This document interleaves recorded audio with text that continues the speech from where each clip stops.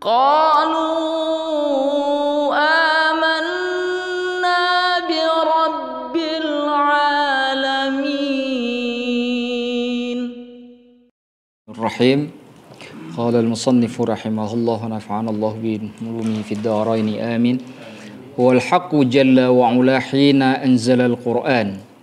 Allah yang maha benar jalla wa'ala ketika menurunkan Al-Quran, anzalahu maqrunan bismillahi subhanahu wa ta'ala, menurunkannya dengan kemudian dikaitkan atau berdekatan dengan bismillah atau nama Allah subhanahu wa ta'ala. Maksudnya di setiap surah itu hampir semuanya menggunakan bismillah, kecuali surah apa? Taubah atau nama lainnya Al-Bara'ah. Kenapa surah Taubah tidak menggunakan bismillah? Apa alasannya?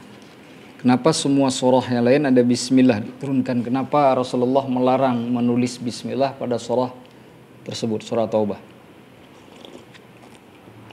Salah satu alasan yang disebutkan oleh ahli tafsir, karena pada surah At-Taubah itu dibahas tentang peperangan, sedangkan bismillah menceritakan Allah yang maha pengasih dan penyayang. Maka kenapa kemudian surah tersebut tidak ditulis dengan bismillah? Ayatnya banyak tentang bercerita tentang masalah peperangan. Walidzalika hinama natluhu, dan oleh sebab itu ketika kita membacanya, fa innana nabda'u nafsal bidayah, maka sesungguhnya kita memulai nafsal bidayah dengan permulaan yang sama, allati aradahallahu tabaraka wa ta'ala, yang diinginkan oleh Allah tabaraka wa ta'ala. Wahia, dan itu adalah antakunal bidayah, permulaan itu harus dimulai bismillah, dengan nama Allah. Inna awwalal kalimati allati nataqa bihal wahyu, dan sesungguhnya kalimat yang pertama sekali yang diucapkan dengannya al-wahyu li Muhammadin sallallahu alaihi wasallam, yang merupakan wahyu kepada Nabi Muhammad sallallahu alaihi wasallam, kanat, yaitu Iqra bismi rabbikal ladzi khalaq, bacalah dengan nama Tuhanmu yang menciptakan. Wa hakadza kanat, dan beginilah bikanat bidayah nuzulil Qur'anil Karim, sesungguhnya permulaan turunnya Al-Qur'anul Karim, liyumarisa muhimmatahu fil kauni, untuk mencapai kepentingannya di alam semesta, hiya biismillah, dan itu dengan nama Allah. Wa nahnul an, dan sekarang kita naqra'ul Qur'ana, membaca Al-Qur'an, badiina, memulai nafsal bidayah dengan permulaan yang sama. Walakin, akan tetapi, hal nahnu, apakah kita mutalabuna, dituntut, an nabda'a faqat, untuk memulainya saja, tilawatal Qur'ani bismillah, membaca Al-Quran dengan nama Allah, atau dalam bahasa lain, apakah hanya dituntut untuk memulai baca Al-Quran saja ketika kita membaca nama Allah? Kalla, sekali-kali tidak. Innana mutalabuna, sesungguhnya kita dituntut, an nabda'a kulla amalin, untuk memulai seluruh amal perbuatan bismillah, dengan nama Allah. Jadi bukan baca Al-Quran saja, tapi semua perbuatan. Hadis yang paling masyhur, apa hadis yang paling masyhur? Setiap yang dimulai tanpa menyebut nama Allah, fahuwa raddun, maka perbuatan itu tertolak, karena tidak dianggap ibadah. Makan, minum, nggak baca bismillah tidak dianggap ibadah, maka tidak ada pahalanya. Ketika baca bismillah, makan, minum yang hukumnya mubah ada pahala. Bukan makan minumnya yang berpahala, tapi niat ibadahnya itu berpahala. Jadi kalau ngebaca bismillah ya nggak ada pahala, nggak ada dosa. Nah, itu. Li'annana, karena kita la budda, harus an nahtarima, untuk menghormati ata'allahi fi kauni, pemberian Allah di alam semestanya. Innaka hina tabda'u, sesungguhnya engkau ketika memulai, kulla syai'in, segala sesuatu, bismillahirrahmanirrahim, dengan membaca bismillahirrahmanirrahim, fa innaka, maka sesungguhnya engkau, taj'alullaha, menjadikan Allah, fi janibika, di sisimu, yu'inuka, yang akan senantiasa menolongmu. Jadi itu maksud kenapa setiap perbuatan yang tidak dimulai dengan membaca bismillah itu menjadi terputus, karena di sisi kita itu tidak ada pertolongannya Allah. Misalkan siapa tahu di sini mungkin ada sedikit penyakit, dengan baca bismillah mungkin penyakit itu tidak berefek ke badan. Contoh seperti itu.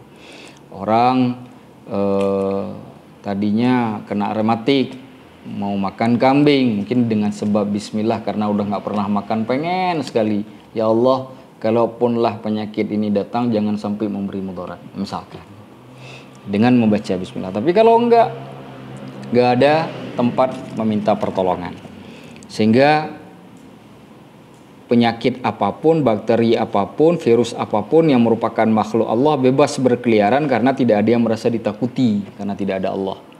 Nah, itu bahasa lainnya. Begitu juga teman-teman kuliah, mulai kuliah baca bismillah, baca buku bismillah. Tapi hati-hati, jangan pada hal maksiat juga pakai bismillah. Contohnya apa? Ganggu istri orang, baca bismillah. Ngelirik anak orang di jalan raya, baca bismillah. Nah, itu nggak benar. Bismillahirrahmanirrahim. Ya Allah, aku melihat wanita cantik ini karena ingin memuji kebesaranmu. Ente senang aja. Kata Allah, matamu, kata Allah. Ya kan, surah An-Nur kan, disuruh menjaga, menundukkan pandangan. Jadi cuma kalau melihat, kalau kuat boleh lihat tapi seadanya. Kalau nggak kuat sama sekali jangan dilihat. Wa min rahmatihi tabaraka wa ta'ala, dan dari rahmatnya Allah tabaraka wa ta'ala, annahu 'allamana, sesungguhnya Allah mengajarkan kita, an-nabda'a, untuk memulai, kulla syai'in, segala sesuatu, bismihi ta'ala, dengan namanya Allah ta'ala. Li'anna Allah, karena sesungguhnya Allah, kata Allah itu, kama qulna, sebagaimana yang telah kami sebutkan, huwal ismul jami', dia merupakan nama yang mengumpulkan, likulli sifatil kamal, untuk semua sifat-sifat sempurna. Wal fi'lu 'adatan, perbuatan itu kebiasaannya, yahtaju ila sifatin muta'addidah, membutuhkan kepada sifat-sifat yang bermacam-macam. Ya, misalkan kita tidur, ada berapa tuh sifat pada tidur? Nggak mungkin satu, mesti banyak. Sifat yang dibutuhkan pada tidur itu, perbuatan tidur itu banyak. Apa contohnya? Diam, dengan satu sifat kan, diam. Yang kedua, karena kan jarang kan kita lihat orang tidur jalan-jalan, apalagi main futsal kan nggak mungkin. Orang tidur main futsal, kabur yang punya futsalnya. Jadi diam, itu sifat pertama. Sifat yang lain,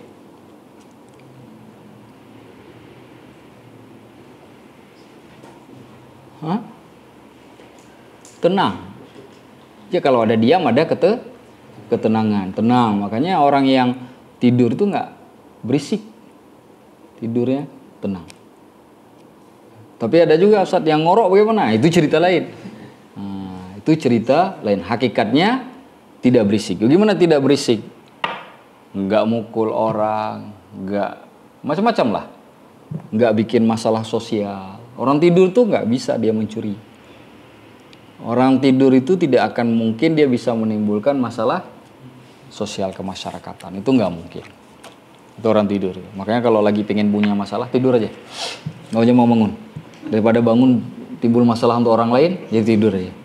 Nah, ini udah mulai ini macam-macam nih. Tidur. Jangan bangun lagi. Kalau perlu selama-lamanya tidur dah. Daripada menimbulkan masalah. Karena itu tenang. Itu aja udah dua sifatnya. Nggak mungkin satu. Minum itu juga banyak sifat yang dibutuhkan. Jadi setiap perbuatan nggak mungkin hanya ada pada satu perbuatan. Satu perbuatan itu bisa membutuhkan beberapa sifat. Sifat perbuatannya ya. Sifat perbuatan. Contoh lagi misalkan apa? Belajar. Belajar tuh banyak sifat. Konsentrasi, ya. Kemudian ketenangan. Nggak mungkin kan orang belajar lagi nonton bola, itu nggak mungkin. Orang lagi riuh, gol, dia baca Quran. Nggak mungkin itu. Nggak masuk itu. Kalaupun ada 1 dalam 1000 itu tidak jadi hukum. Karena itu sesuatu yang tidak lazim. Masih banyak. Jadi itu yang dimaksudkan. Jadi setiap perbuatan kebiasaannya membutuhkan kepada sifat yang bermacam-macam. Fa anta hina tabda'u amalan, maka engkau ketika memulai suatu perbuatan tahtaju ila qudratillah, maka butuh kepada kekuasaannya Allah.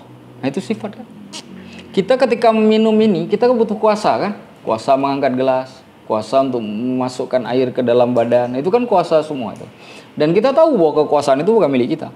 Kita minum air, ketika air itu masuk, itu bukan kita yang menyebabkan itu masuk. Berapa banyak orang yang memasukkan air nggak bisa masuk, muntah. Karena suatu penyakit segala macam. Karena Allah sudah tidak berikan dia kekuasaan. Sehingga kemudian dia harus pakai selang. Dipaksa airnya oleh dokter, nggak bisa masuk secara normal. Ada juga orang yang misalkan nggak bisa kencing. Ada yang bisa masuk, nggak bisa keluar.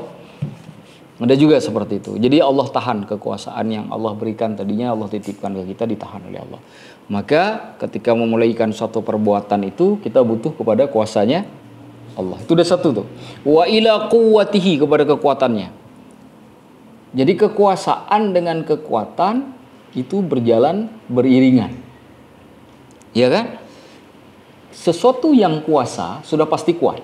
Tapi kan terkadang belum tentu yang kuat kuasa. Betul dong? Contoh, ada tentara gagah perkasa. Cuma pangkatnya kopral. Kalah sama yang bukan kopral tapi dia menteri. Ya kan?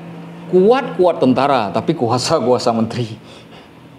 Jadi yang kuat belum tentu kuasa. Yang kuasa biasanya kuat. Kuat dalam arti kata dia bisa saja tidak pakai dirinya, pakai yang lain. Dan begitu kan? Nah, hanya pada Allah lah kuat dan kuasa itu yang maksimal. Nah, pada manusia selalu terbatas. Nah, kita karena selalu terbatas pada kuasa, selalu terbatas pada kekuatan. Nah, mana kuasa yang terbatas? Kasus tadi, kopral. Kopral tadi itu kuasanya hanya sebatas jabatannya. Menteri kuasanya sebatas menteri. Nggak mungkin menteri itu tiba-tiba ngatur presiden, itu nggak mungkin. Presiden itu kalah sama MPR. Karena MPR bisa menurunkan presiden, presiden tidak bisa menurunkan MPR. Tapi MPR kalah sama rakyat karena rakyat yang milih. Rakyat kalah sama polisi karena tiap hari kena gebuk. Artinya apa? Artinya apa? Pada manusia itu tidak ada yang sempurna. Kekuasaannya selalu terbatas. Nah, maka kita butuh kuasanya Allah, butuh kekuatannya Allah. Karena yang tidak punya keterbatasan itulah yang pantas diharapkan kuasa dan kekuatannya. Wa ila aunihi, dan juga kepada pertolongannya Allah, sudah jelas. Wa ila rahmatihi, dan kasih sayangnya Allah. Ya, kasih sayang Allah dikasih kuasa, dikasih kekuatan, tapi kekuasaan dan kekuatan itu malah kemudian merusak kita. Enggak ada manfaatnya kan? Nah, tapi dengan adanya kasih sayang Allah, kekuasaan yang diberikan, kekuatan yang diberikan itu bukan hanya berefek positif kepada kita yang memiliki, tapi juga orang lain yang berhubungan dengan kita. Falau anna Allah subhanahu wa ta'ala, sekiranya Allah subhanahu wa ta'ala lam yukhbirna, belum memberitahukan kepada kita, bil ismil jami', dengan nama yang menggabungkan atau mengumpulkan, likulli sifat, untuk semua sifat-sifat tersebut, lakana alaina, maka kita sungguh akan, maka wajiblah bagi kita an nuhaddidas sifat, membatasi sifat-sifat allati nahtaju ilaiha, sehingga kita kemudian ya kepada sifat-sifat yang kita butuhkan. Jadi kalau Allah enggak menyebut namanya Allah, enggak ada nama Allah, itu enggak ada. Rahmannya ada, Rahimnya ada, sampai As-Saburnya ada. Setiap kita manggil Allah itu kan kita harus manggilnya itu harus benar-benar belajar kan. Orang bodoh kan kasihan sekali. Orang nggak pernah belajar kan kasihan sekali. Coba bayangkan dia panggil Allah, ya sabur, karena dia pikir nama Allah. Berilah aku banyak rezeki. Gak dapat rezekinya kan, karena dikasih ujian terus kan, supaya dia bisa sabar kan. Ya. Nggak mungkin kan? Karena dia tidak tahu maknanya. Jadi sulit.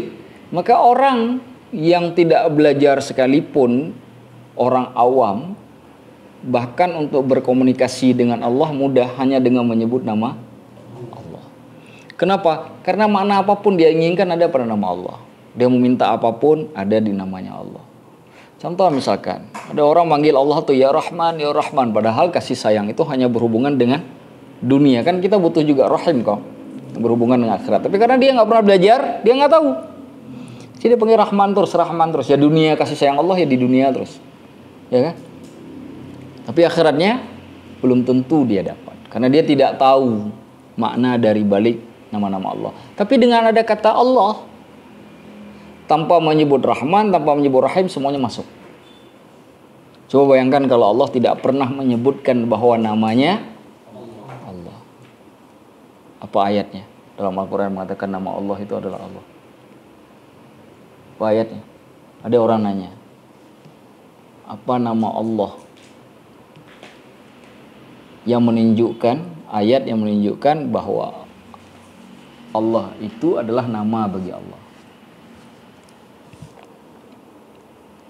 Ayatnya innani anallahu la ilaha illa ana fa'budni wa aqimis salata li dzikri. Sesungguhnya aku itulah Allah. Kalimat innani sudah menunjukkan kata aku. Allah mesti badal untuk aku, kata ganti untuk aku. Kata ganti tidak mungkin sifat. Kata ganti pasti zat atau nama dari zat. Paham maksud saya? Innani anallah. Sesungguhnya aku Allah. Berarti Allah itu nama apa? Sifat. Nama. Nggak mungkin. Karena sifat itu yang melekat pada zat. Tidak menunjukkan kepada zat secara utuh. Karena kalau disebut zatnya, sifatnya memberi rezeki, maka tidak masuk sifat kasih sayang dan seterusnya begitu. Tapi ketika disebut Allah, karena menunjukkan zat, maka semua sifat yang ada pada zat itu mesti tercakupi. Semuanya disebut Allah, masuk Rahman, masuk Rahim, masuk Razak, masuk apa aja semua masuk. Ka'an naqul, seperti kita mengatakan Bismillahil Qawi, dengan nama Allah yang maha kuat. Jadi kita mau pakai kuat, pakai nama Allah Al-Qawi. Bismillahirrazak, dengan nama Allah yang maha pemberi rezeki, tanpa kita sebut lagi Bismillah saja. Padahal sekurang-kurangnya doa itu sebelum kita mulai perbuatan itu adalah Bismillah, itu sekurang-kurangnya. Tanpa pakai Ar-Rahman Ar-Rahim. Bismillah, itu sekurang-kurangnya.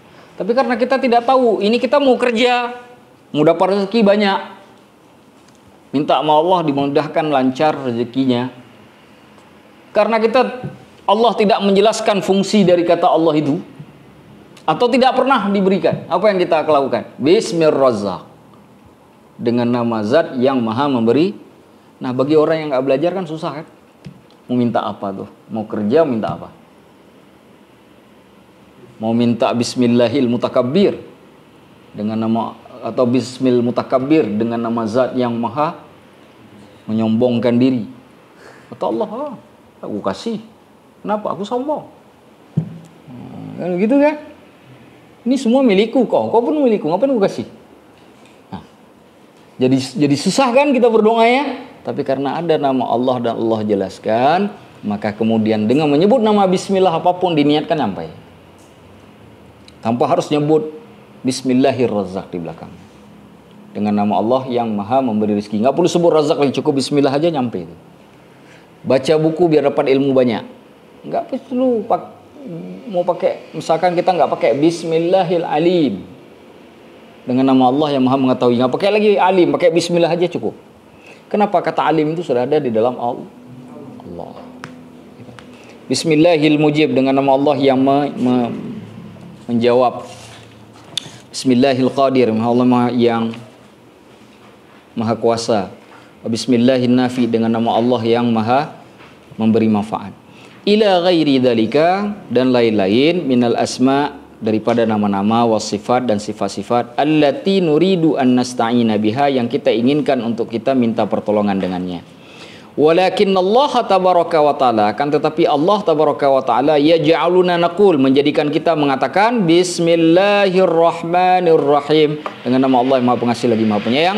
Al-ismul jami' li kulli hadhihi sifat, nama yang mencakupi setiap sifat-sifat. Sempurnanya bismillahirrahmanirrahim. Boleh nggak dibaca bismillah? Saya minum air nih, nggak mau saya baca bismillahirrahmanirrahim, saya baca bismillah saja. Sampai nggak? Sampai. Cuma kalau pakai ar-Rahmanir-Rahim, pengagungannya lebih sempurna. Hala annana la budda an naqifa, di mana kita kemudian harus an naqifa huna, untuk kemudian berhenti sebentar, sesaat di sini.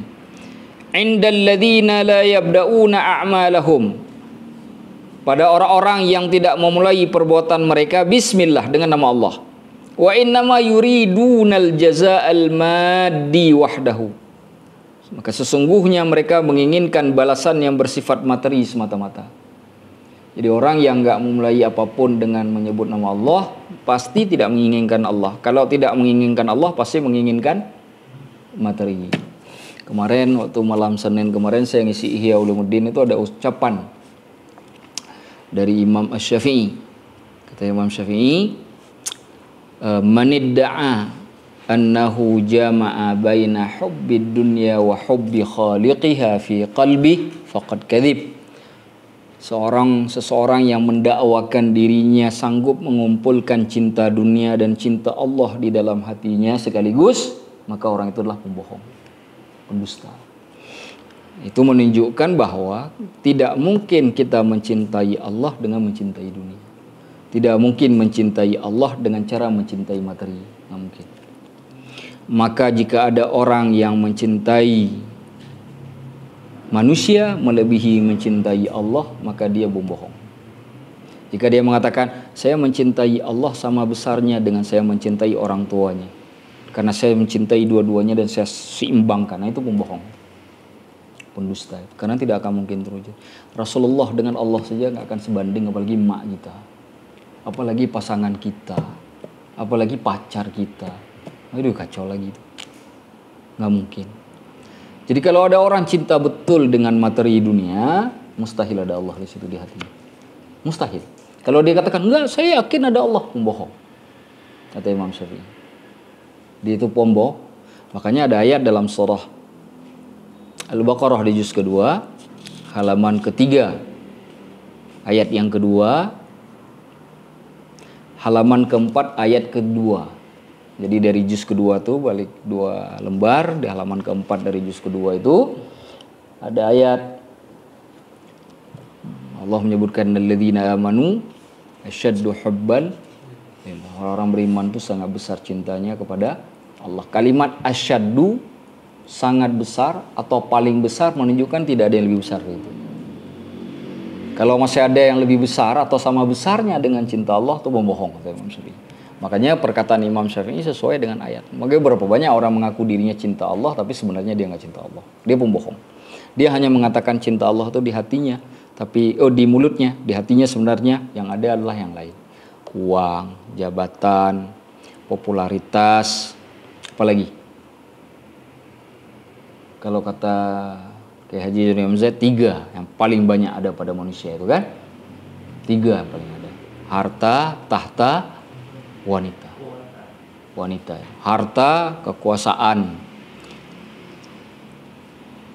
Harta, materi. Tahta, kekuasaan. Wanita, nafsu. Nafsu. Nah sekarang tambah satu lagi kan? Pulsa. Pulsa atau kuota. Tambah satu lagi sekarang. Kuota untuk berselancar dunia maya. Dulu orang selancar di laut, sekarang di dunia maya orang selancar.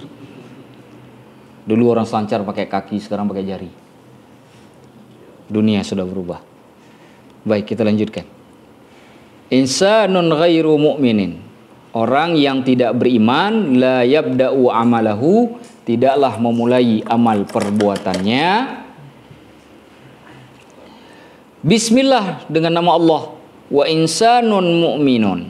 Sedangkan orang yang beriman, yabda'u amalahu, memulai perbuatannya, kullahu, seluruhnya, wa fi balihi, bahkan di dalam pikirannya, Allah, adanya Allah. Jadi bukan hanya mulai dari pekerjaan saja dengan menyebut nama Allah, di pikirannya itu adanya Allah. Ada orang kan nyebut ini kesalahan kita kebanyakan, kita ketika butuh Allah itu memaksa Allah untuk mengabulkan doa kita. Contoh kita sakit, terus kita minta sehat. Ya Allah, aku ini bukan hamba-Mu, apa? Kenapa tidak Engkau berikan aku kesembuhan? Tapi yang anehnya ketika kita sehat, kita malah nggak peduli sama Allah. Jadi secara tidak langsung Allah itu kita jadikan karyawan kita. Seperti kita memerintah karyawan, sepertilah kita perintah Allah untuk kemudian memberikan apa yang kita inginkan. Tapi ketika kita sudah tidak butuhkan apa yang kita inginkan itu, Allah tidak lagi kita sebutkan. Allah udah nggak penting bagi kita. Jadi Allah itu kita perlakukan seperti karyawan. Ini orang, seperti kata Imam Syafi'i, itu pembohong nyata. Nah, orang-orang yang seperti ini, dia tidak akan ada cahaya iman sedikit pun dalam hatinya. Walaupun mulutnya terus mengatakan, aku beriman, aku beriman, aku beriman. Walaupun tiap hari dia asyhadu an la ilaha illallah, tapi setiap kali dia selesai membaca syahadat, setiap kali dia selesai sholat, cahaya dalam hatinya memudar dengan sendirinya. Orang seperti ini dinasihati seperti apapun susah masuknya. Orang seperti ini. Jangankan saya, ulama sebesar apapun nasihati orang ini susah masuk. Masuk telinga kanan, keluar telinga kiri. Nggak akan masuk.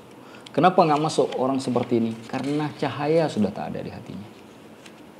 Orang tak punya cahaya itu seperti orang yang tak punya minuman. Seperti tidak ada air di tanah yang tandus. Tanaman apapun yang kemudian ingin disemai, ingin ditanam, nggak akan tumbuh. Tanah kering, itu nggak mungkin tanam makanan. Saya kalau tanam padi di tanah sawah yang kering, nggak akan tumbuh. Mana buang-buang duit saja. Pasti nggak akan tumbuh. Hal pertama yang harus saya pikirkan sebelum saya menabur benihnya, saya cari dulu di mana airnya. Saya harus dapatkan air di mana agar saya bisa bercocok tanam. Maka orang yang belajar ilmu agama, orang yang belajar akidah, apalagi ini masalah berkaitan sangat dengan akidah, tanyakan dulu cahayanya di mana.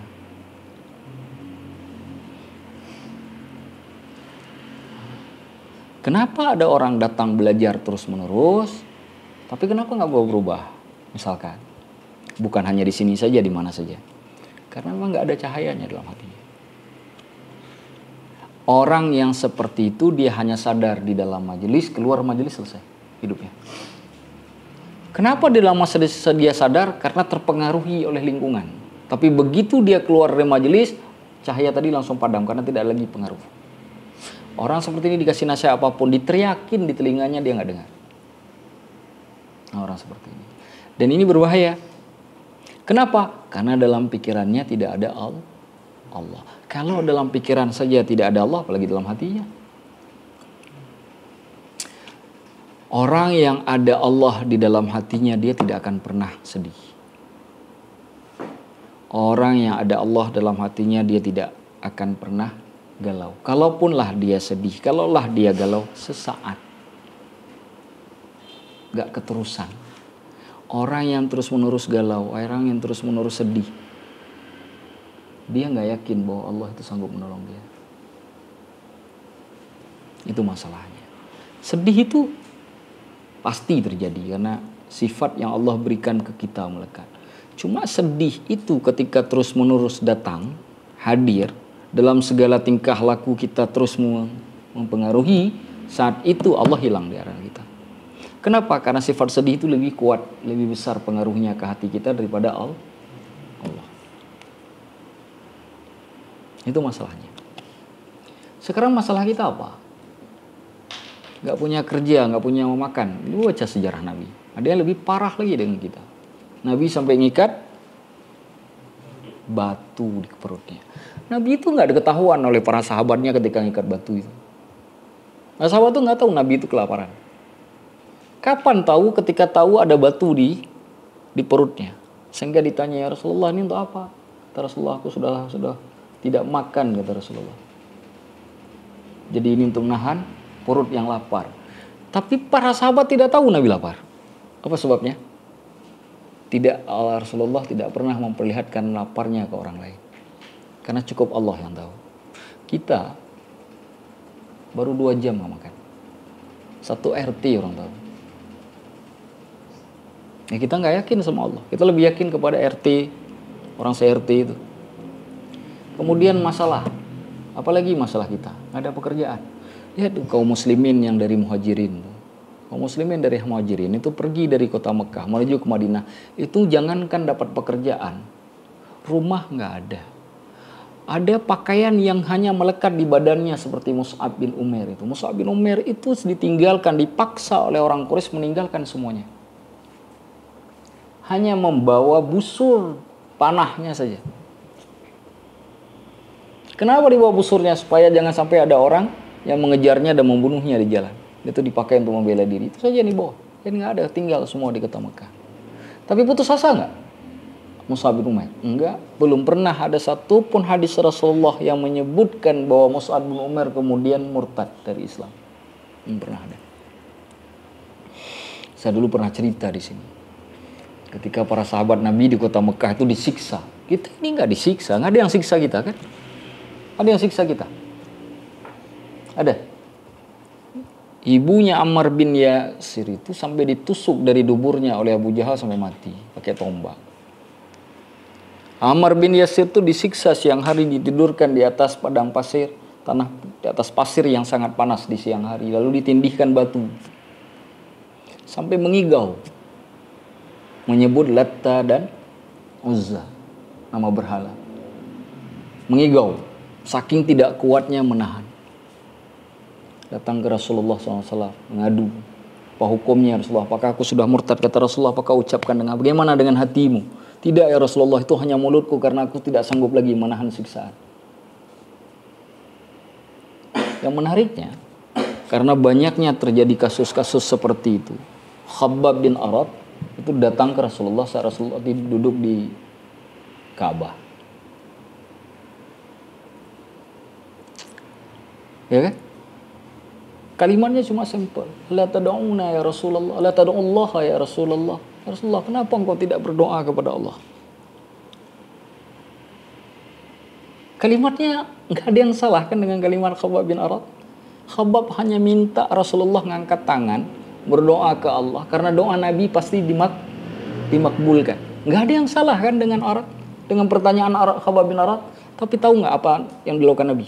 Berubah wajah Nabi. Fahmarra wajhuhu, berubah merah wajah Nabi yang menunjukkan beliau sedang menahan marah. Padahal pertanyaannya itu nggak salah. Padahal pertanyaannya kan nggak salah kan, suruh berdoa saja ke Allah. Tapi merah wajah Nabi. Dulu kata Nabi, ada kaum itu sampai disiksa, dibelah badannya menjadi 2, tapi tidak kemudian berubah keimanannya sedikit pun dari Allah. Kalian baru segitu saja sudah mengeluh. Minta nabimu untuk mengangkat tangan kepada Allah. Seakan Allah tidak peduli. Dan itu ada ayatnya dalam Al-Quran bercerita tentang kaum sebelum Nabi kita. Ketika Allah mengatakan, Am hasibtum an tadkhulul jannata walam ya'tikum mathalul ladhina khalau min qablikum. Apa kalian kira kalian masuk surga? Sedangkan ujian Allah itu belum pernah Allah berikan kepada kalian seperti kaum-kaum seperti sebelumnya. Dalam bahasa sederhana, bahasa kita, kaum dulu itu masuk surga itu karena ujian yang begitu berat mereka dapati. Kalian pengen masuk surga dengan enak-enaknya. Apa itu yang kalian inginkan? Apakah itu yang kalian pikirkan? Itu pertanyaan Allah, itu ditantang. Massadhumul ba'sa wad dharra. Mereka ditimpakan kelelahan, kesempitan yang luar biasa. Yang paling menarik itu kalimat selanjutnya, wazulzilu. Digoncang. Kata zulzilu itu dipakai oleh Allah untuk kiamat. Idza zulzilatil ardu zilzalaha. Ketika Allah guncangkan dunia dengan seguncang-guncangnya. Kalimat itu dipakai untuk orang-orang kaum yang diuji oleh Allah. Wazulzilu. Artinya apa? Berat sekali ujiannya. Orang dulu ujiannya nggak ada rumah, nggak ada yang nolongin, teman aja nggak ada. Nggak ada pakaian, nggak ada makanan, sudah begitu disiksa pula. Kita masih nggak makan tapi nggak ada yang siksa. Mana lebih kuat? Mana lebih berat? Kita belum ada pekerjaan tapi belum ada orang yang nyiksa. Belum ada. Wazulzilu, bergetar, bergoncang. Hatta yaqula ar-rasulu walladzina amanu ma'ahu. Sampai-sampai Nabi, Rasul, dan orang-orang beriman yang ada bersama Rasul itu berkata, Mata nasrullah, kapan pertolongan Allah tiba? Artinya, kalau Rasul sudah ngomong begitu, berarti nggak ada lagi ujian yang lebih berat dari itu. Rasul ngomong begitu, karena Rasul itu paling sabar. Lihat Nabi Ayub. Coba lihat, Nabi mana yang nggak diuji? Tapi semua sabar. Kalian, tapi ketika Nabi mengatakan, ya Allah, kapan pertolonganmu datang, berarti ujiannya sudah sangat luar biasa. Belajar dari orang Palestina. Kita ini nggak hilang pekerjaan, kita ini nggak naik sekolah, nggak naik kelas. Kita ini kehilangan beberapa lembar rupiah. Lalu tidak ada lagi nama Allah. Mereka rumah hilang, anak hilang, istri hilang. Di depan mata mereka dikubur oleh rumah yang kena bom. Mereka mengatakan Alhamdulillah. Lalu kita katakan kita mau masuk surga. Yakin masuk. Yakin masuk surga. Coba pikir 2 kali lagi pulang dari sini. Yakin sudah pantas masuk surga. Surga tidak dibuat oleh Allah untuk orang-orang yang cengeng. Surga dibuat oleh Allah untuk orang-orang yang tahan banting. Dari dulu, sejak dari zaman Nabi Adam, Habil itu contoh pertama yang ada di atas muka bumi. Contoh orang yang tahan banting. Itu mau dibunuh oleh abangnya. Dia tahu abangnya ingin membunuh dia. Dia hanya mengatakan, La in basatta yadaka ilayya litaqtulani ma ana bibasiti yadiya liaqtulak. Sederhana. Kalau kau ingin menjulurkan tanganmu, wahai abangku, untuk membunuhku, aku tidak akan melakukan hal yang sama untukmu. Ini akhafullaha rabbal alamin. Aku takut kepada Allah, Rabb sekalian alam. Mau bunuh saja.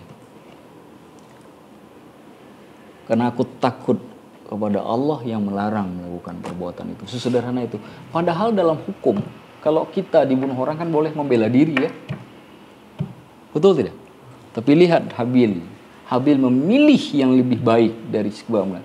Aku sanggup membela diri, tapi aku serahkan diriku kepada Allah. Kalau mau bunuh, bunuhlah. Aku hanya takut kepada Allah, bukan takut kepadamu. Jadi kalau mau hitung-hitungan surga, kita belum layak.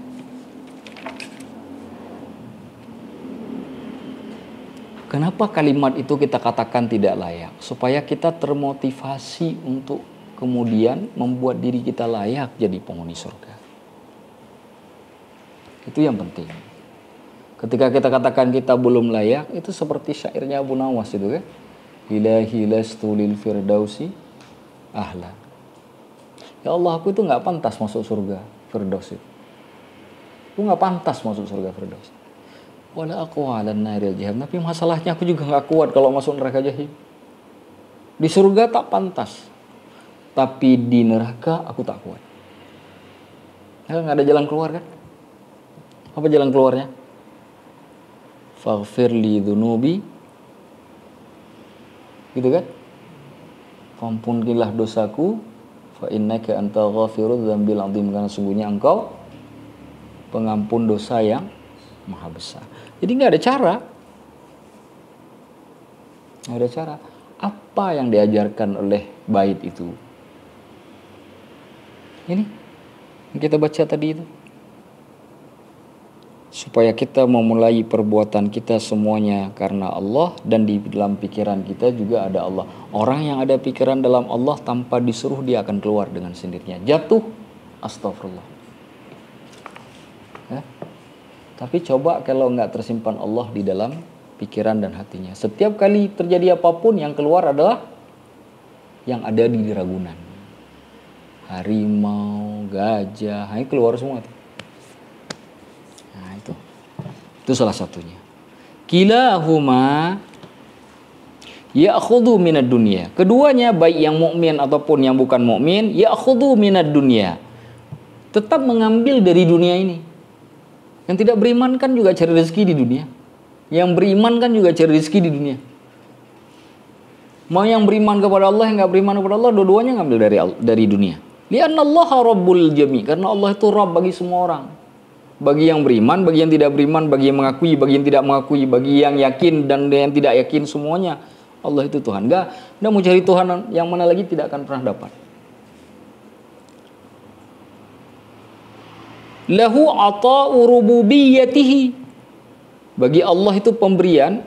Allah memiliki pemberian terkait dengan rububiyah. Apa ata'u rububiyah Allah?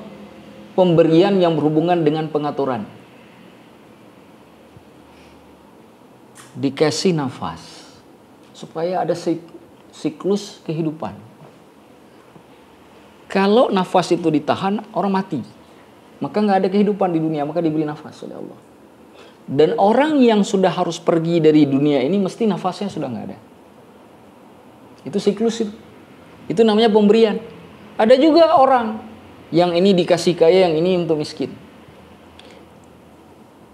Kalau semua orang dikasih kaya, ini dunia nggak akan jalan. Kalau semua orang dikasih miskin, dunia ini juga gagal. Siklusnya nggak berkembang. Tapi Ustadz, kenapa saya yang harus miskin? Kan gitu pertanyaan kita. Betul tidak? Itu orang nggak punya Allah dalam hatinya. Kenapa? Karena kalau dia belajar kepada para nabi, ada banyak nabi yang sangat miskin tapi tidak pernah mengatakan itu. Betul tidak? Nabi Isa itu tukang kayu loh. Siapa yang sudah jadi tukang kayu di sini? Itu kerja Nabi Isa itu. Pernah nggak Nabi Isa bilang, ya Rasulullah, ya Allah, aku ini kan nabimu, kenapa nggak kau jadikan aku pangeran? Kenapa jadi tukang kayu? Pernah nggak dengar gitu? Pernah nggak ada ayat Al-Quran atau hadis Nabi yang bercerita Nabi Isa cerita begitu? Pernah nggak? Nggak pernah kan? Kenapa nggak pernah? Karena mereka tahu kalau itu tidak terjadi, siklus ini nggak berjalan. Kalau semua orang kaya, berhenti kehidupan. Kalau semua orangnya senang, berhenti kehidupan. Makanya harus ada yang senang, harus ada yang sedih. Kenapa? Dengan adanya senang kita tahu makna sedih. Dengan adanya sedih kita tahu makna senang. Kalau semua orangnya senang, nggak ada lagi makna sedih. Apa arti senang? Kenapa kita tahu enaknya daging? Karena tiap hari makan kangkung, makan teri. Maka kita tahu enaknya daging. Coba tiap hari makan daging, enak lagi nggak daging itu? Enggak, kita malah justru enak makan teri. Orang yang sering makan daging, oh enak sekali-sekali makan ikan asin. Coba yang tiap hari makan ikan asin. Kenapa orang kota pengen hidup di hutan walaupun hanya sebulan? Karena dia sudah terlalu banyak melihat gedung, udah bosan. Tapi lihat orang kampung yang di sawah-sawah sana disuruh bawa ke Jakarta, ke kota ini, senangnya minta ampun. Kenapa? Karena itu mainannya dia. Lalu jangan ngajak orang yang sudah lama tinggal di kampung kemah di hutan. Salah alamat. Orang saya ini memang tempat saya, kok kamu ajak kemah lagi katanya. Aja orang yang sudah lama di kota ngajak kemahnya ke orang kampung, bawa ke gedung, nah bawa ke mall, itu senang dia tuh. Kenapa? Di kampungnya tidak ada mall, adanya cuma warung. Itu pun duduknya depan, bisa masuk ke dalam.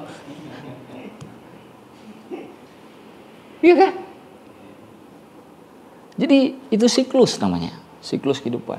Jadi semua yang Allah berikan kepada makhluknya itu supaya kehidupan bisa berjalan. Makanya disebut ata'ur rububiyah, pemberian berdasarkan pengaturan.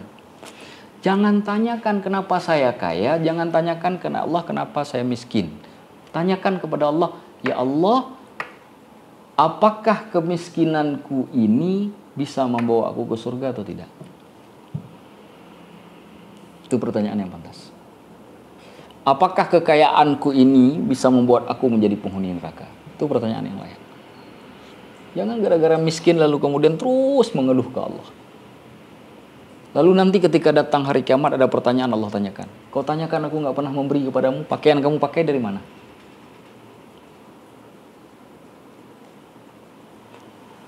Nafasmu dari mana? Pertolongan dari orang-orang di sekitarmu yang kuizinkan datang itu dari mana? Dari mana? Aku yang lupa kamu atau kamu yang sering lupa kepada aku? Kira-kira jawaban kita apa? Lalu dibuka catatan amal kita oleh Allah, semuanya diperlihatkan seperti video. Cuma jangan bayangkan seperti CCTV sekarang. Tapi mungkin dengan kapasitas yang sangat lebih canggih pastinya. Diperlihatkan kepada kita, lalu kita lihat semua momennya seperti apa. Begitu Allah buat perhitungan, baru kita sadar, oh iya dapat ini, dapat ini, dapat ini, dapat ini, dapat ini. Ternyata dalam kurun waktu 1 tahun, yang kita makan dengan yang hilang, itu lebih banyak yang kita makan. Walaupun kita orang miskin. Mana dalilnya? Kita miskin berapa? Ke rumah sakit dalam setahun itu berapa kali sih? Kita hitung. Ini kita nih dalam tahun ini saja udah berapa kali ke rumah sakit? Belum pernah. Ada banyak orang kaya di sana, dikasih oleh Allah ratusan juta, tapi tahun dia bisa 8 atau bahkan 15 kali ke rumah sakit. Ya cuci darah lah, ya inilah, ya itulah. Lalu Allah hadapkan hambanya seperti itu. Dia memang kukasih 2 miliar. Tapi ingat, 1 bulan dia bisa menghabiskan 1,5 miliar atau bahkan lebih. Kamu memang kukasih 500.000, tapi yang kamu makan cukup 300.000. Kau bisa nabung lagi 200.000. Kenapa kau tanya 500.000-nya lalu kau bandingkan dengan 2 miliar? Kita jawab apa? Cuma kita nggak tahu diri. Allah kasih 500, pengen hidupnya 2 juta. Nah di situ masalah kita. Selalu masalah kita di situ. Allah kasih 3 juta, hidup 10 juta. Allah kasih 10 juta, hidup 30 juta. Allah kasih 50 juta, hidup 80 juta. Dikasih 80 juta, uang cuma 3 juta sebulan, tiap hari makan KFC. Kan stres namanya. Itu nggak pintar bersyukur. Kata Allah, kamu tuh makan warteg saja bisa bikin kenyang. Gak akan bikin kamu masuk rumah sakit. Jangan-jangan masuk makan KFC itulah yang membuat kita masuk rumah sakit. Karena kan makan cepat saji itu kan. Belum tentu sehat juga. Ya kan? Cuma menang bersihnya saja. Kayak kita minum air Coca-Cola itu. Kalau dibanding air ini, baina sama wasumur itu. Jauhnya. Coca-Cola itu sumber penyakit itu. Tapi setiap hari itu yang kita minum. Rasanya kalau nggak makan karena ada iklan kan. Seakan apapun minum Coca-Cola. Akhirnya tiapapun makan minum Coca-Cola. Permen pun makan minum Coca-Cola. Itulah yang bikin kita kemudian cuci lambung lah, cuci ginjal lah, cuci inilah, cuci. Orang dulu cuci baju, kita ginjal kita cuci. Apa sebabnya? Karena kita hidup bukan dengan kapasitas kita. Jadi dikasih 3 juta, hiduplah dengan 2 juta. Sejutanya nggak bohong, sih bohong. Kalau dikasih 500.000, hiduplah dengan 300.000, 200.000-nya bisa ditabung. Jangan dikasih 500.000, hidupnya 1,5 juta. Duit dapat 1 juta, kredit HP Samsung, harganya 5 juta. Berapa sebulan? 1,5 juta saya dapat gajinya. Innalillahi wa inna. Jangankan ustadz, malaikat aja geleng-geleng kepala.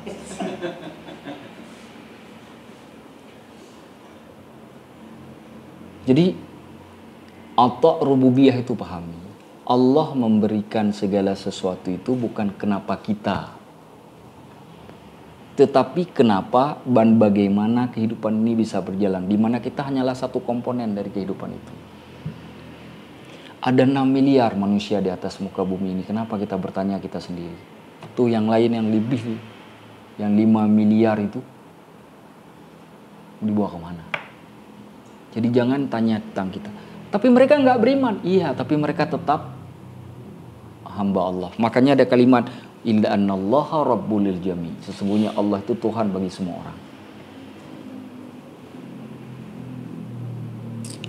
Bisa paham ya? Alhamdulillah. Jadi kalimat atak rububiyah itu pahami dengan baik.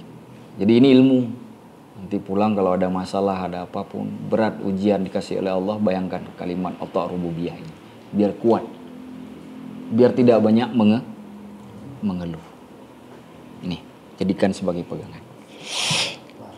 Likulli khalqihi, untuk semua hambanya. Lihat itu, untuk semua hambanya. Jadi bukan hanya untuk kita sendiri.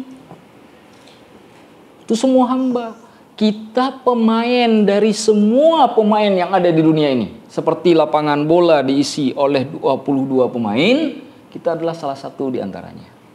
Jadi jangan kemudian peran saya lebih besar dari yang 21 lagi. Enggak, kita adalah satu pemain di dalam kehidupan itu. Semua orang punya perannya masing-masing. Ada yang peran kaya, ada yang peran miskin. Ada yang perannya jadi pejabat. Ada perannya yang sebagai pemimpin. Ada orang yang perannya yang dipimpin. Jadi jangan tanya kenapa terus. Jadi pertanyaan harus berubah. Bukan lagi kenapa, tapi bagaimana. Kalau tadi kenapa ya Allah seperti ini? Enggak. Bagaimana ini saya sikapi supaya aku tetap bisa taat kepadamu ya Allah. Mohon kasih pertolongan. Jadi diubah pertanyaannya sekarang. Supaya Allah rububiyah itu kita pahami maknanya. Allah tuh nggak ngasih sesuatu. Tapi ingat, yang Allah berikan itu pun tidak akan Allah dolimi. Yang Allah kasih miskin kepada orang, seseorang, Allah tidak akan dolimi.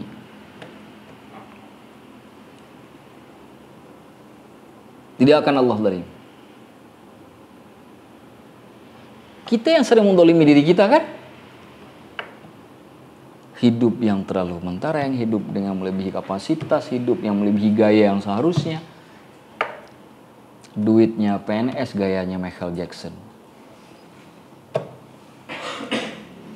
Salah kan? Nah, itu masalahnya bukan Allah. Pahami? Istad'ahum lil hayah, yang menuntut mereka untuk kehidupan. Walakinna dunya, akan tetapi dunia ini laisat hiyal hayatul haqiqiyatu lil insan. Bukanlah kehidupan yang sebenarnya untuk manusia. Bukan. Makanya namanya sesaat. Makanya banyak ayat tuh dalam Al-Quran. Wa mal hayatud dunya illa mata'ul ghurur. Tidaklah kehidupan dunia ini kecuali kesenangan yang sia-sia. Innamal hayatud dunya la'ibun wa lahwun. Sesungguhnya kehidupan dunia ini la'ib, permainan, main-main saja. Kita ini kayak main bola. Bawa bola gawang lawan, habis itu diambil bolanya, kita turun ke bawah, nahan gawang kita tidak. Kan begitu setiap harinya. Cari makan dari pagi sampai sore, habis itu ngabisin buat makan. Yang dimakan itu pun juga hilang, karena besok kita butuh makan lagi. Itu terus hidup kita tuh. Gitu. Yang luar biasanya, kita bisa-bisanya nyikut iri kanan supaya kita dapat banyak, padahal yang dimakan cuma sedikit. Ya kan? Itu kita itu. Kemudian apa lagi? Wa tafakhurum bainakum. Saling berbangga-bangga di antara kalian. Hidup ini berbangga-bangga. Coba kalau saya punya jam Rolex, harga jutaan.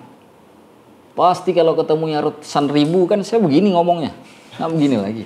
Tapi kalau ketemu sama orang yang sudah puluhan juta, saya cuma jutaan, pasti begini duduknya. Kenapa? Memang jutaan, tapi dia puluhan juta. Yang puluhan juta juga begini duduknya ketika ketemu orang yang Rolex-nya harganya ratusan juta. Terus begitu. Betul tidak? Tafakhurum bainakum, bangga-bangga. Ketemu sama alumni, misalnya kita reuni sekolah nih.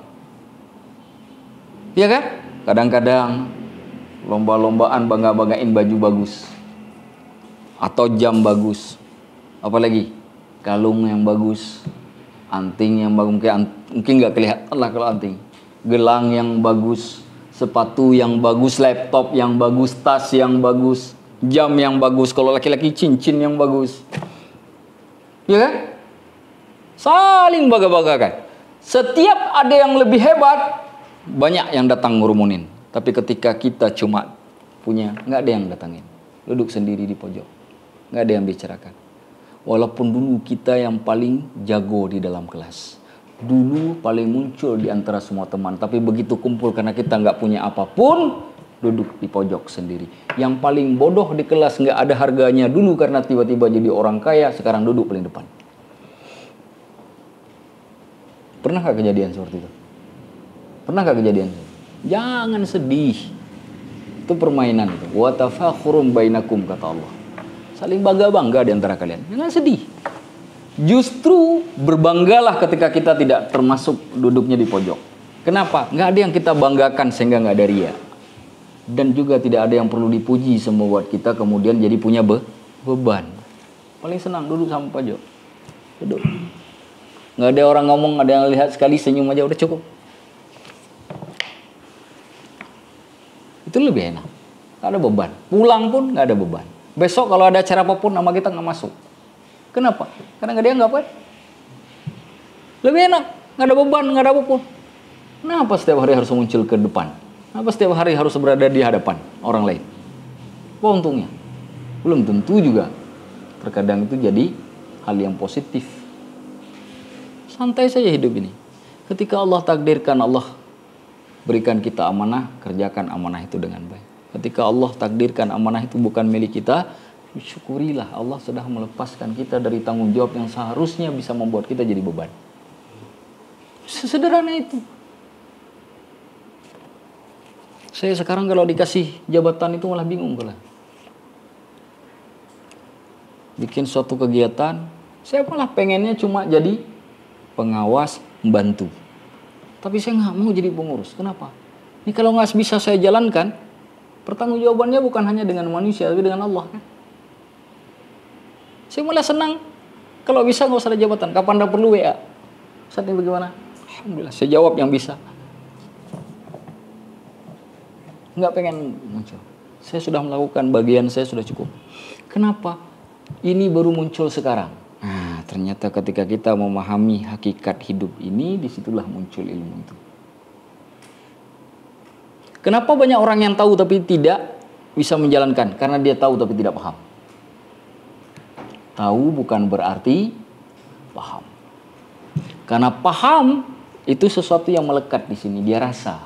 Tanpa disebut dia rasa. Nah sekarang ketika saya cerita seperti tadi, ngerasa nggak di hatinya itu. Kalau ngerasa berarti masih ada. Kalau yang nggak merasa berarti sudah kering. Yang kering cari air. Karena nggak ada gunanya nanam sawah kalau nggak ada air. Cari air secepatnya. Bagaimana cara airnya? Minta nasihat orang yang berguna. Zikir ke Allah. Kemudian tinggalkan yang paling disukai. Apa yang paling kita sukai? Harta, tinggalkan. Jadikan itu cambukan. Yang paling kita cintai, yang bisa sanggup mengalahkan Allah, itulah yang kita tinggalkan. Kalau itu sanggup kita lakukan, kemungkinan Allah datang lagi. Ya bukan Allah tidak mau datang, kita yang menghalangi Allah untuk datang. Balil hayatul haqiqiyatu hiyal akhirah, tapi kehidupan yang hakiki itu adalah akhirat. Alladzi fi balihi dunya wahdaha. Adapun yang di dalam pikirannya hanya semata-mata dunia. Ya'khudhu biqadri ata'illahi, dia akan mengambil dengan ukuran pemberian Allah fid dunya wal akhirah, di dunia dan akhirat. Walidzalika yaqulul haqqu tabaraka wa ta'ala. Itu sebablah Allah berfirman, alhamdulillahilladzi, segala puji bagi Allah yang lahu, baginya, ma fis samawati, apa-apa yang ada di langit-langit, wa ma fil ardi, dan apa-apa yang ada di bumi, walahul hamdu fil akhirati, dan bagi Allah lah segala pujian di akhirat, wa huwal hakimul khabir. Jadi bukan hanya di dunia saja, tapi juga di akhirat. Karena pemberian Allah dimulai dari sejak di dunia tidak akan pernah berakhir sampai ke akhirat. Li'annal mu'mina yahmadullaha ala ni'amihi fid dunya. Karena orang mukmin memuji Allah atas nikmat-nikmatnya di dunia. Tsumma yahmaduhu 'indama yunjihi minan nar. Kemudian memujinya ketika Allah menyelamatkan dia dari neraka, wal azab, dan juga azab. Wa yudkhiluhul jannah, dan memasukkannya ke dalam surga fil akhirah, di hari akhirat. Falahul hamdu fid dunya wal akhirah, maka bagi falillahil hamdu fid dunya wal akhirah, maka bagi Allah lah segala pujian di dunia dan akhirat. Wa Rasulullah sallallahu alaihi wasallam qala, Rasulullah sallallahu alaihi wasallam bersabda, kullu amrin dzibalin la yubda'u fihi bismillahi, setiap urusan yang tidak dimulai dengan nama Allah fahuwa aqta au autar, maka dia terputus atau menjadi abtar. Itu mandul itu tidak menghasilkan. Wa makna aqta, makna terputus, ay maqtu'udz dzanab, atau terputusnya dzanab awidzil, atau ekor. Jadi terputus ekor. Itu makna secara bahasa. Maksudnya ay annahu amalun naqis. Maksudnya adalah itu adalah perbuatan yang berkurang. Fihi syai'un dha'i'un, karena padanya ada sesuatu yang hilang. Jadi ekor terputus berarti menjadi berkurang karena ada yang hilang. Maka disebut aqta.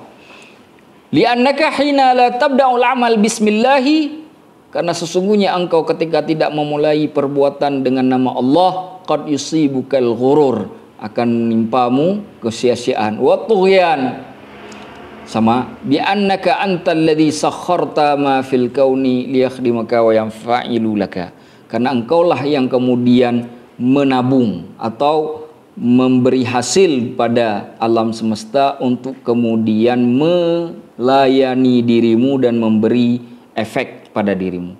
Jadi kalau kita nggak baca bismillah, maka seakan-akan kita merasa bahwa kita yang paling punya potensi. Makanya jangan heran kalau ada orang mengatakan, ini uangku karena aku yang pontang-panting kerja dari pagi sampai sore, kenapa harus sedekah?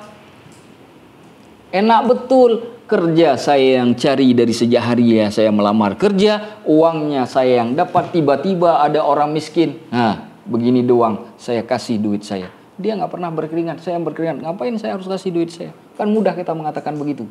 Orang seperti itu merasa bahwa dunia ini milik dia dan apa yang dia dapatkan karena dia.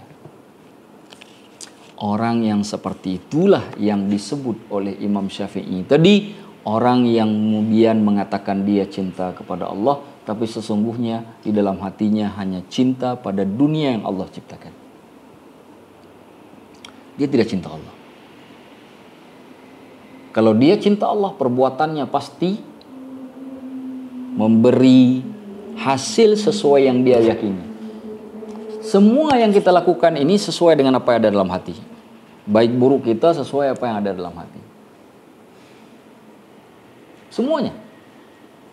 Hari-hari kita bekerja, beraktivitas segala macam, itu adalah manifestasi dalam hati. Semakin busuk hati kita, semakin busuklah perbuatan kita. Semakin busuk hati kita, semakin busuklah perkataan kita. Apalagi yang paling kacau nih, semakin busuk hati kita, semakin buruk pula sangkaan kita ke Allah. Allahu a'lam bishawab. Jadi membaca Bismillahirrahmanirrahim, pertama ingat bahwa yang kita lakukan semuanya atas dasar kuasanya Allah dan kekuatannya Allah. Yang kedua, Allah itu nggak pernah ninggalin hambanya karena Allah itu punya kasih sayang. Kasih sayang Allah Ar-Rahman dan Ar-Rahim. Ada di dunia dan ada di akhirat. Jadi jangan pernah tanya kenapa ya Allah. Karena sekali kita bertanya kenapa, kita tidak yakin Allah punya kasih sayang. Ya Allah, saya nggak makan siang ini, kenapa kau biarkan aku nggak makan? Kita nggak yakin Allah itu punya kasih sayang. Sehingga Allah membiarkan kita nggak makan. Padahal Allah mungkin gak ngasih kita makan karena sudah lama mulut ini kering dari mengucapkan ya Allah, turunkan rizkiku dari sisimu ya Allah. Karena sudah lama kalimat itu tidak keluar, hari ini ditahan makannya oleh Allah, supaya lidah itu basah kembali. Lidah yang sudah lama mengering itu basah kembali. Mata yang sudah lama mengering tidak keluar air mata, keluar kembali ketika sholat. Lidah yang tadinya tidak lagi mengucap nama Allah kini terucap kembali. Pikiran yang benar-benar sudah kering dari nama Allah kemudian terisi kembali. Allah melakukan itu karena peduli. Kalau Allah tidak peduli, tidak ada lagi orang yang sanggup peduli. Tapi ketika Allah masih peduli, siapapun yang ingin menghalangi kepedulian Allah, maka tidak akan pernah ada yang sanggup. Itu aja. Jangan putus asa kepada rahmat Allah. wala tayasu min rauhillah. Jangan putus asa dari rahmat Allah. Innahu la yayasu min rauhillahi illa alqaumul kafirun. Tidak ada yang putus asa dari rahmat Allah kecuali orang-orang kafir. Jadi orang yang putus asa kepada Allah, walaupun dia belum kafir, tapi sifat kekafiran sudah ada pada dirinya. Berapa banyak orang muslim yang sekarang punya sifat kekafiran? Berapa banyak? Allahu a'lam bishawab. Yakinlah Allah tidak akan meninggalkan kita. Itu yakin. Baik. Nanti pulang dari sini baca doa yang ada di akhir surah Ali Imran.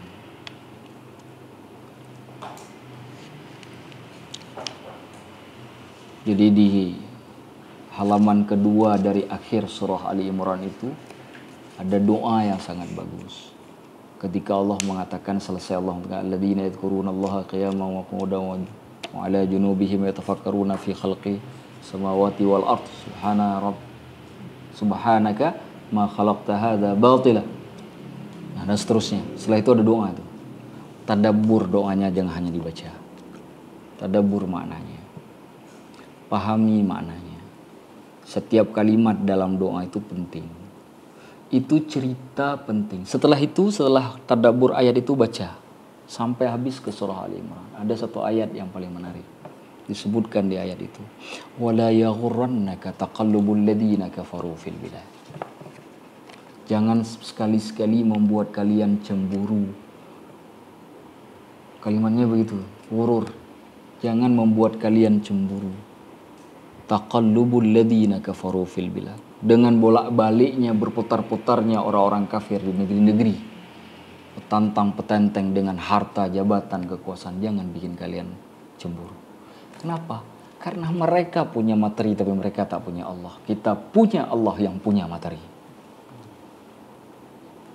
Baca ayat itu, tadabbur maknanya. Karena kita tidak lagi belajar tafsir, saya hanya ngasih gambaran saja. Akhir dari surah, baca itu sampai habis. Jangan nggak dibaca. Untuk menyempurnakan apa yang sudah kita bahas. Sudah jam 12, sudah 1 jam kita belajar. Insya Allah semoga memberi manfaat bagi kita. Kita sambung lagi 2 minggu yang lalu. Semoga memberi barokah juga terhadap majelis kita. Semoga Allah turunkan barokahnya, Allah turunkan rahmatnya, Allah turunkan ampunannya, Allah bukakan pintu hati kita, Allah berikan cahaya ke dalam pintu hati supaya semua kita bisa husnul khatimah nantinya di akhir hidup. Ala hadiniya wa kulli niyatin salihah. Al-Fatihah.